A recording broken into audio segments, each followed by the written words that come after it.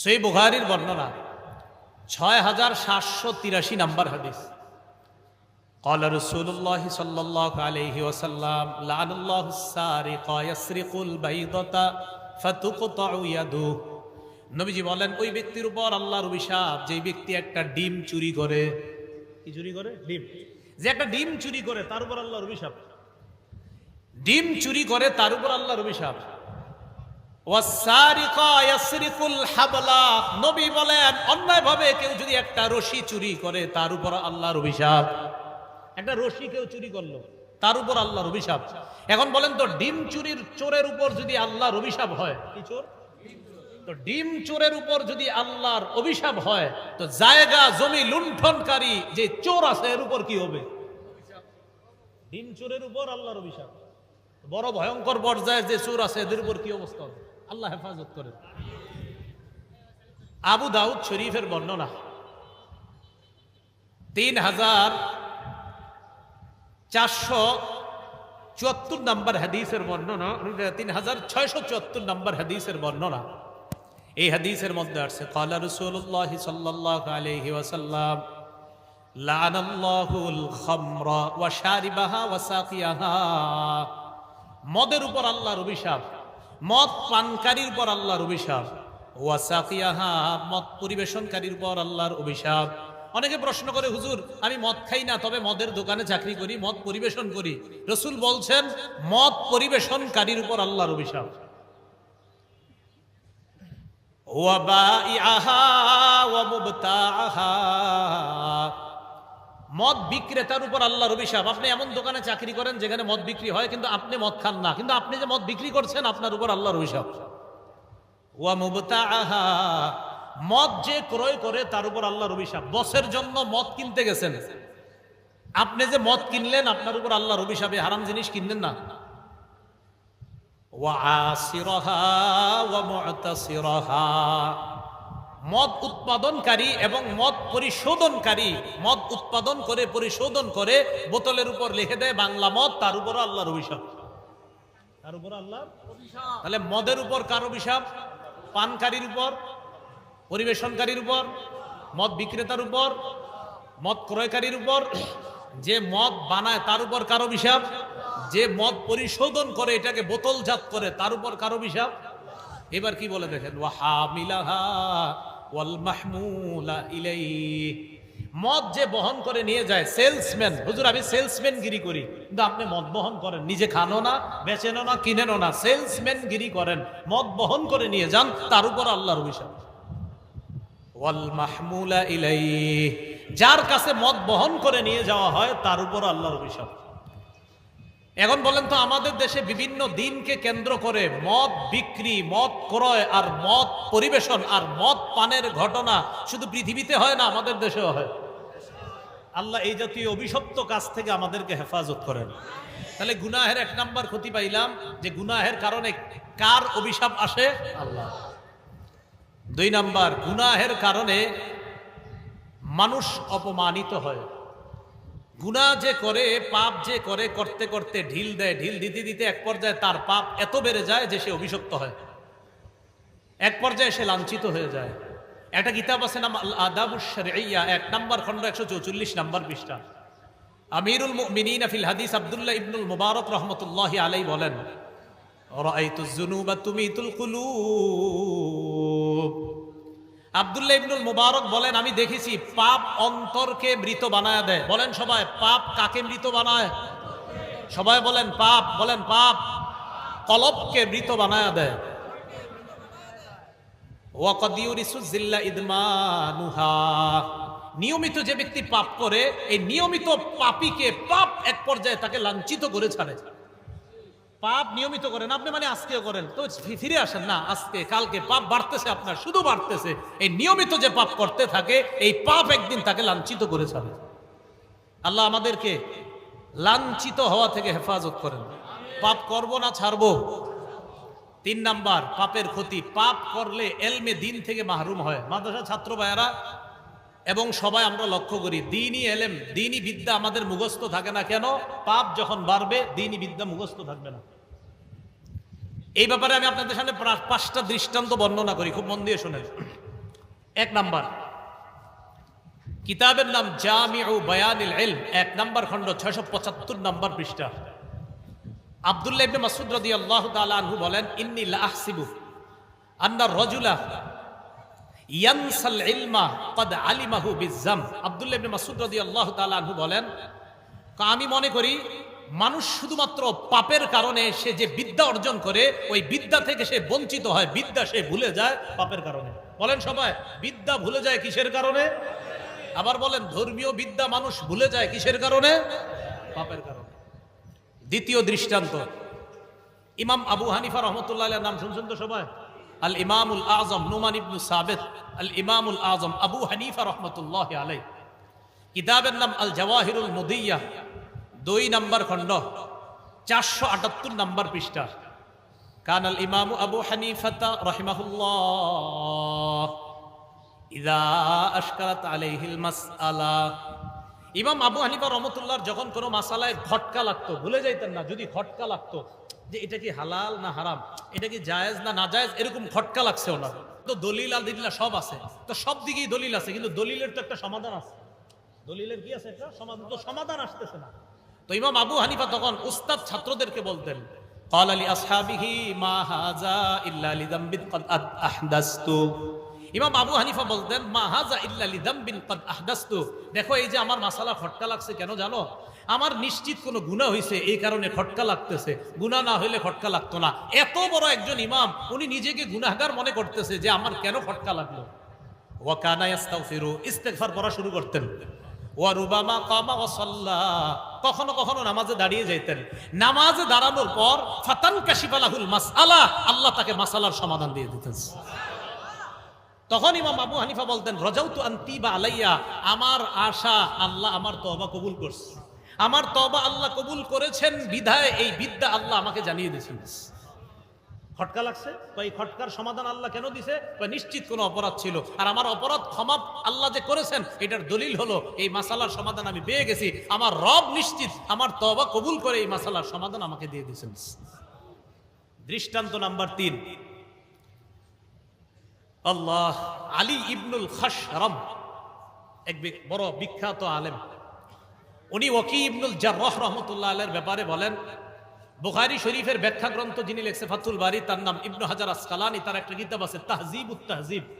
এই কিতাবের 2 নাম্বার খণ্ড, 129 নাম্বার পৃষ্ঠা। সেখানে আলী ইবনুল খাশরাম তিনি বলেন, রাআইতু ওয়াকি ইবনুল জাররাহ মা রাআইতু ওয়াকিআন, মা রাআইতুহু বিয়াদিহি কিতাবান কত্তু। ওয়াকি ইবনুল জাররাহকে আমি কখনো কলম দিয়ে লিখতে দেখি নাই। ওয়াকি ইবনুল জাররাহকে আমি কখনো কলম দিয়ে লিখতে দেখি নাই। ইন্নামা হুয়া ইয়াহফাজু, উনি সব মুখস্থ করে ফেলতেন, উনি কলম দিয়ে কিছু লিখতেন না, সব মুখস্থ করতেন। ফাসালতুহু আন দাওয়াইল হিফজি, আমি তাকে জিজ্ঞাসা করলাম, আচ্ছা আপনি এত মুখস্থ শক্তি কিভাবে, আপনি এত মুখস্থ থাকে কিভাবে? তিনি জবাব দিলেন, তারকুজ যুনুব, গুনাহ ছেড়ে দেওয়া, মা জাররাবতু মিসলাহু লিল হিফজি কত্তু, গুনাহ ছেড়ে দেওয়ার মতো মেধা শক্তি বৃদ্ধি পায় অন্য কোনো আমলে এত বৃদ্ধি পায় না। মানুষ গুনাহ যত ছাড়বে তার মেধা, হেফাজত শক্তি, তার মেধা, তার ধারণ ক্ষমতা আল্লাহ তত বাড়ায় দিবে। যে যত বেশি গুনাহ ছাড়বে তার ধারণ ক্ষমতা আল্লাহ তত বেশি বাড়িয়ে দিবে। কুওয়াতে হাফেজা, আল্লাহ তার তত বেশি বাড়িয়ে দিবেন। ওয়াকি ইবনুল জাররাহ বলেন, তারকুজ যুনুব, গুনাহ ছেড়ে দেওয়ার কারণেই আমি যা পড়ি আমার সব মুখস্থ হয়ে যায়, এজন্য আমি কিছু লিখি না। ওয়াকি ইবনুল জাররাহ বলেন। তাহলে বলেন তো ধর্মীয় বিদ্যা ভুলে যাওয়ার কারণ কি? বলেন তো গুনাহ করা। বলেন কি করা? 4 নাম্বার দৃষ্টান্ত, মালিক ইবনু আনাস, ওনার ছাত্র ইমাম শাফি রহমতুল্লাহ আলাইহি, কিতাবের নাম দেওয়ানুশ শাফি একটা কিতাব আছে, আরেকটা কিতাব আছে নাম তাহযীবুল আসমা লিল ইমাম আন-নববী রাহমাতুল্লাহি আলাইহি। মুসলিম শরীফের ব্যাখ্যা গ্রন্থ যিনি লিখছেন ইমাম নববী, এবং যার বিখ্যাত কিতাব রিয়াজুস সালিহিন, এই ইমাম নববীর একটা কিতাব আছে নাম তাহযীবুল আসমা। এই কিতাবের 1 নাম্বার খণ্ড 47 নাম্বার পৃষ্ঠায় তিনি আনেন, মালিক ইবনু আনাস রাহমাতুল্লাহি আলাইহি তার ছাত্র ইমাম শাফিকে বলেন, ইন্নাল্লাহা আলকা আলা কলবিকা নূরা। মাদ্রাসার ছাত্র ভাই যারা আছেন এবং কলেজ ভার্সিটির ছাত্র যারা আছেন সবাই শুনেন, আপনার ভিতরে যখন কোরআন সুন্নাহর কোনো বিদ্যা আসবে, মনে করবেন আপনার কলবে আল্লাহ প্রদত্ত নূর আসছে, নূর। তো ইমাম শাফির উস্তাদ তাকে বললেন, আল্লাহ তোমার কলবে নূর দান করছে। বলেন নূরের অর্থ আলো। বলেন কি? এই আলো কিসের আলো? বলেন কোরআন সুন্নাহের আলো। কিসের আলো? তো ইমাম শাফিকে বলেন, আল্লাহ তোমার কলবে কোরআন সুন্নাহর আলো দান করছে। ফালা তুতফিহু বিজুলমাতিল মাসিয়া, গুনাহের অন্ধকার দিয়া এই আলোটা তুমি নিভাইয়া দিও না। গুনাহের অন্ধকার দিয়া এই আলোটা তুমি নিভাইয়া দিও না। বলেন আমার সাথে সবাই, আমাদের কলবে যেই নূর আসবে, যেই আলো আসবে, এই আলোকে কিসের অন্ধকার দিয়ে নিভানো যাবে না? গুনাহের। এজন্য ছাত্র ভাই যারা আছেন, বিশেষ করে মাদ্রাসার, আপনারা তো পড়েন কোরআন সুন্নাহ। কোরআন সুন্নাহ আর গুনাহ একসাথে কলবে থাকবে না, মাথা রাখবেন। কোরআন সুন্নাহ আর গুনাহ এক কলবে আপনি রাখবেন না। কলবে হয়তো কোরআন সুন্নাহ রাখতে হবে, না হয় গুনাহ। গুনাহ থাকবে, আবার কোরআন সুন্নাহর আলো থাকবে না। কোরআন সুন্নাহর আলো তখন থাকবে যখন কলব গুনাহ মুক্ত হবে। 5 নাম্বার দৃষ্টান্ত ইমাম শাফি রহমতুল্লাহ আলাইহি বলেন, দিওয়ানুশ শাফি কিতাবের নাম, 67 নাম্বার পৃষ্ঠা। ইমাম শাফি রহমতুল্লাহ আলাইহি বলেন, শাকাউতু ইলা ওয়াকিইন সুআ হিফজি, আমি আমার উস্তাদ ওয়াকি রহমতুল্লাহ আলাইহির কাছে শিকায়াত করলাম, অভিযোগ করলাম, হুজুর আমি যা পড়ি সব ভুলে যাই, কি করব? ফারশাদানি ইলা তারকিল মাআসি, আমাকে তিনি বললেন গুনাহ ছেড়ে দেওয়ার জন্য। ফাইনাল ইলমা নূরুম মিন ইলাহি, তিনি বললেন এলেম, কোরআন সুন্নাহর এলেম হলো আল্লাহর পক্ষ থেকে নূর। বলেন কোরআন সুন্নাহর বিদ্যা এটা কার পক্ষ থেকে নূর? আল্লাহর নূর এটা কোনো গুনাহগারকে দেওয়া হয় না, কোনো নাফরমানকে আল্লাহর নূর দেওয়া হয় না। আল্লাহ গুনাহ থেকে বেঁচে আমাদের কলবটাকে যেন কোরআন সুন্নাহর আলোকে আলোকিত করতে পারে, আল্লাহ তৌফিক দান করেন। গুনাহের 4 নাম্বার ক্ষতি, খুব মন দিয়ে শুনবো, গুরুত্বপূর্ণ কথা। 4টা 5টা 10টা 20টা সূরা যাদের মুখস্থ আছে এবং যারা হাফেজ, সবাই হাত তোলেন। সবার তো এরকম মুখস্থ আছে না? 3টা 4টা 5টা সূরা সবার মুখস্থ আছে না? তাহলে আবার হাফেজ সাহেব সবার আছে না মুখস্থ? ঘটনাচক্রে আপনাদের মধ্যে অনেকে আছেন 10টা সূরা মুখস্থ করার পর 8টা মুখস্থ আছে, 2টা ভুলে গেছে। আসেনি? খবর আছে? কি আছে? খবর আছে। গুনাহের 4 নাম্বার ক্ষতি কোরআন ভুলে যাওয়া। বলেন নাউজুবিল্লাহ। গুনাহের 4 নাম্বার ক্ষতি কি? ভুলে যাওয়া, কোরআন ভুলে যাওয়া। সহিহ বুখারীর 5033 নাম্বার হাদিসের বর্ণনা, قال رسول الله صلى الله عليه وسلم تعاهدوا القرآن, নবীজি বলেন তোমরা নিয়মিত কোরআন চর্চা অব্যাহত রাখবে, নিয়মিত কোরআন চর্চা করবা। فوالذي نفسي بيده له أشد تفصيا من الإبل في عقلها, রাসূলুল্লাহ সাল্লাল্লাহু আলাইহি সাল্লাম বলেন একটা উটের বাঁধন খুলে দিলে এই বাঁধনহারা ওটটা যত দ্রুত পালিয়ে যাবে, তুমি কোরআন শিখার পর যদি চর্চা অব্যাহত না রাখো, কোরআন ওই ওটের চেয়ে আরো দ্রুত গতিতে তোমার থেকে পালিয়ে যাবে। তাহলে কোরআন শিখার পর চর্চা না করাটাই গুনাহ, আর এই গুনাহের কারণে কোরআন ভুলে যাবেন। হ্যাঁ, আপনি পড়েন, ডেলি নিয়মিত চর্চা করেন, কিন্তু তারপরেও ভুলে যান, এটার জন্য আল্লাহ আপনাকে পাকড়াও করবে না। কিন্তু চর্চার অভাবে যদি ভুলেন তাহলে পাকড়াও করবে। একটা হলো চর্চা করে, আর একটা চর্চা করে না। চর্চা করার পরেও ভুলে গেলে আল্লাহ এটা আপনাকে মাফ করবে না, আমার বান্দা চেষ্টা করছে ভুলে যায়। আরেকটা হলো আপনি 15 হেফজ পড়ছেন, তো পড়ার পরে আর চর্চা করেন না। সাবধান, চর্চা করতে হবে, না হয় আল্লাহর সামনে দাঁড়ানোর জন্য তৈরি থাকেন। আবুল আলিয়া রহমতুল্লাহি আলাইহি কিতাবুজ জুহদ, এই কিতাবের 1 নম্বর খণ্ড 304 নম্বর পৃষ্ঠার মধ্যে আসছে, তিনি বলেন কুন্না নাউদ্দু মিন আযাবিজ যুনুব আইয়াতাআল্লামা আর-রাজুলুল কুরআন ফায়ানামু আনহু হাত্তা ইয়ানসা। ভাই মেহেরবানি করে এই জায়গার বাংলাটা মন দিয়ে শোনেন। আবুল আলিয়া রহমতুল্লাহি আলাইহি বলেন, আমরা আমাদের যুগে সবচেয়ে বড় অপরাধ মনে করতাম কোনটাকে জানো? কোন ব্যক্তি কোরআন শিখার পর অলসতার কারণে, চর্চার অভাবে কোরআনের কিছু অংশ শিখছে, শিখার পরে আর চর্চা করে নাই। এই চর্চার অভাবে সে কোরআনটা ভুলে গেছে। এক পর্যায়ে চর্চা না করতে করতে কোরআন ভুলে গেছে। 10টা সূরা শিখছিল, 5টা ভুলে গেছে। হাফেজ হয়েছিল, এখন আর তার 20 পারা মুখস্থ নাই। চর্চার অভাবে যেই ব্যক্তি এইভাবে কোরআন ভুলে যাইতো, আমাদের যুগে আমরা এটাকে সবচেয়ে বড় অপরাধ হিসাবে গণ্য করতাম। কোরআন ভুলে যাওয়া সবচেয়ে বড় অপরাধ। বলেন কোরআন ভুলে যাওয়া সবচেয়ে বড় অপরাধ। এ হলো গুনাহের 4 নাম্বার ক্ষতি। গুনাহের 5 নাম্বার ক্ষতি, গুনাহ করলে অন্তর শক্ত হয়ে যায়, অন্তর মরে যায়। বলেন গুনাহ করলে অন্তর কি হয়ে যায়? শক্ত হয়ে যায়, অন্তর মরে যায়। সূরা জুমার 22 নাম্বার আয়াতে আল্লাহ বলেন ফাওয়াইলুল লিল কাসিয়াতি কুলুবুহুম মিন যিকরিল্লাহ, ওই কলবের জন্য ধ্বংস, ওই মানুষগুলোর জন্য ধ্বংস যাদের অন্তর আল্লাহর জিকির শূন্য হওয়ার কারণে শক্ত হয়ে গেছে। যাদের অন্তরগুলা আল্লাহর জিকির শূন্য হওয়ার কারণে শক্ত হয়ে গেছে তাদের জন্য ধ্বংস। গুনাহের 6 নাম্বার ক্ষতি, গুনাহের কারণে মানুষ হালাল রিজিক থেকে বঞ্চিত হয়। বলেন গুনাহের কারণে কি থেকে বঞ্চিত হয়? হালাল রিজিক থেকে। ইবনে মাজাহ 2144 নাম্বার হাদিস, রাসূলুল্লাহ সাল্লাল্লাহু আলাইহি সাল্লাম বলেন, আইয়ুহান নাস, হে মানুষ, ইত্তাকুল্লাহ, আল্লাহকে ভয় করো, ওয়া আজমিলু ফিত তালাব, তোমরা রিজিক তালাশ করো সুন্দর পন্থায়। বলেন কি পন্থায়? হালাল রিজিক তালাশ করো বৈধ পন্থায়, সুদী পন্থায় না, বৈধ পন্থায় তোমরা রিজিক তালাশ করো। নবীজি বলেন, ইন্না নাফসান লান তামুতা, কেননা কোন নফস মারা যাবে না, হাত্তা তাস্তাউফিয়া রিজকাহা, কোন মানুষ মারা যাবে না তার জন্য যে বাজেট আছে রিজিক, ওই রিজিক শেষ হওয়ার আগে কোনো মানুষ মারা যাবে না।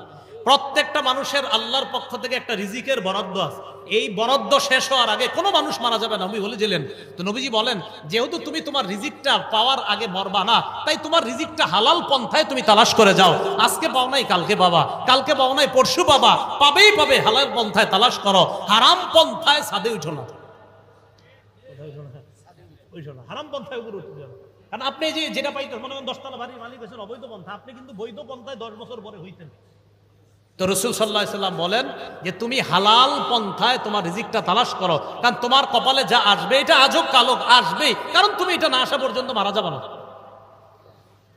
সহিহুল জামের 2085 নম্বর হাদিসের মধ্যে রাসূল সাল্লাল্লাহু আলাইহি ওয়াসাল্লাম বলেন, লা ইয়াহমিলান্না আহাদাকুম ইস্তিফতাউর রিজকি আইয়াতুবাহু বিমাসিয়া, তোমাদের কাউকে যেন দ্রুত ধনী হওয়ার নেশাটা তোমাদের কাউকে যেন গুনাহের মাধ্যমে টাকা কামাই করতে উদ্বুদ্ধ না করে। বলেন আমার সাথে সবাই, আমাদেরকে দ্রুত ধনী হওয়ার নেশা যেন অবৈধ পন্থায় টাকা কামাই করার প্রতি নিয়ে না যায়। অবৈধ পন্থায় ধনী হওয়ার নেশা আমাকে যেন হারাম পথে, অবৈধ পথে উপার্জনের দিকে নিয়ে না যায়। আল্লাহ আমাদেরকে হেফাজত করেন। গুনাহের 7 নাম্বার ক্ষতি, গুনাহ করতে করতে মানুষ এমন হয় ফেরেশতাদের দোয়া থেকে বঞ্চিত হয়ে যায়। বলেন নাউজুবিল্লাহ। সূরা গাফিরের মধ্যে আল্লাহ বলেন, আল্লাযীনা ইয়াহমিলুনাল আরশা ওয়া মান হাওলা, যারা আরশ বহন করে ফেরেশতারা আর আরশের আশেপাশে যে ফেরেশতারা আছে, ইউসাব্বিহুনা বিহামদি রাব্বিহিম, তারা আল্লাহর প্রশংসা সহ তাসবিহ পাঠ করে। ওয়া ইস্তাগফিরুনা লিল্লাযীনা আমানু, ফেরেশতারা ঈমানদারদের জন্য আল্লাহর কাছে ক্ষমা চায়। আল্লাহর কাছে কি চায়? ক্ষমা চায়। তো আল্লাহর কাছে ক্ষমা চাবে কি আমি সারাদিন খালি গুনাহ করবো এরকম নাকি? না, গুনাহ ছেড়ে দিতে হবে। যদি গুনাহ ছেড়ে দেই আর তওবা করি, আমাদের জন্য ফেরেশতারা আল্লাহর কাছে দোয়া করবে। গুনাহের 8 নাম্বার ক্ষতি, মানুষ গুনাহ করতে করতে আল্লাহরে ভুলে যায়, এক পর্যায়ে নিজেরে ভুলে যায়। বলেন গুনাহ করতে করতে মানুষ কাকে ভুলে? এক পর্যায়ে কাকে ভুলে? সূরা হাসর আল্লাহ বলেন, ওয়ালা তাকুনু কাল্লাযীনা নাসুল্লাহা ফাআনসাহুম আনফুসাহুম, তোমরা তাদের মতো হয়ো না যারা আল্লাহকে ভুলে যায়। এক পর্যায়ে আল্লাহ তাদেরকে আত্মবিস্মৃতি বানিয়ে দেয়, মানে আল্লাহরে ভুলে যায়, আল্লাহ তখন ওই ব্যক্তিকেই ভুলিয়ে দেয় যে বেটা তুই আমারে কি বলবি, তুই তো নিজেরই ভুলে যাচ্ছিস। কোন ব্যক্তি যখন আল্লাহকে ভুলে যায় তখন আল্লাহ তাকে আত্মবিস্মৃতি বানায় দেয়। এটা গুনাহের 8 নাম্বার ক্ষতি। গুনাহের 9 নাম্বার ক্ষতি, গুনাহ মানুষকে নিঃস্ব বানায় দেয়। বলেন গুনাহ মানুষকে কি বানায় দেয়? নিঃস্ব। মুসলিম শরীফের হাদিস, রাসূলুল্লাহ সাল্লাল্লাহু আলাইহি সাল্লাম বলেন, আতাদরুনা মাল মুফলিস, তোমরা কি জানো নিঃস্বকে? সাহাবারা বললেন, আল মুফলিসু ফিনা মান লা দিরহাম লাহু ওয়ালা মাতাআ, আমাদের মধ্যে নিঃস্ব ওই ব্যক্তি যার ধন সম্পদ নাই, টাকা পয়সা নাই, ওই ব্যক্তি হলো আমাদের মাঝে সবচেয়ে নিঃস্ব। তো রাসূলুল্লাহ সাল্লাল্লাহু আলাইহি ওয়াসাল্লাম বলেন, ইন্নাল মুফলিসা মিন উম্মতি ইয়াতি ইয়াউমাল কিয়ামা বিসসালাতিন ওয়া সিয়ামিন ওয়া যাকাতিন, আমার উম্মতের নিঃস্ব ওই ব্যক্তি যে ব্যক্তি কিয়ামতের ময়দানে নামাজ নিয়ে উপস্থিত হবে, রোজা নিয়ে উপস্থিত হবে, যাকাত নিয়ে উপস্থিত হবে, ওই ব্যক্তি নিঃস্ব। সাহাবারা বললেন, হুজুর যার টাকা পয়সা নাই সে নিঃস্ব। নবীজি বললেন, না, কিয়ামতের ময়দানে সে নিঃস্ব যে নামাজ, যাকাত ইত্যাদি নিয়ে উপস্থিত হবে, আমলের পাহাড় নিয়ে উপস্থিত হবে, সে নিঃস্ব। এটা আবার কিভাবে নিঃস্ব? রাসূল বলেন, এই ব্যক্তি কিয়ামতের ময়দানে আসবে, ওয়াকাদ শাতামা হাজা, হাজী সাহেব আরেকজনকে গালি দিত, হজ করছে 50 বার, কয়বার? খালি মানুষে গালি দিত। ওয়াকাদ শাতামা হাজা, আরেকজনকে গালি দিত। ওয়া কাযাফা হাজা, আরেকজনের উপর খালি ঢিল ছুঁড়ে মারতো। মানে হাজী সাহেব মানে হজ করছেন আপনি 60 বার, কিন্তু আরেকজনেরটা কেমনে মারবেন সারাদিন এই ধান্দা। ও দরবা হাজা, আরেকজনে প্রহার করলেন। ও সাফাকা দামা হাজা, আরেকজনের রক্তপাত ঘটাইলেন। ও আকালা মালা হাজা, আপনি আরেকজনের সম্পদ অন্যায়ভাবে ভক্ষণ করলেন।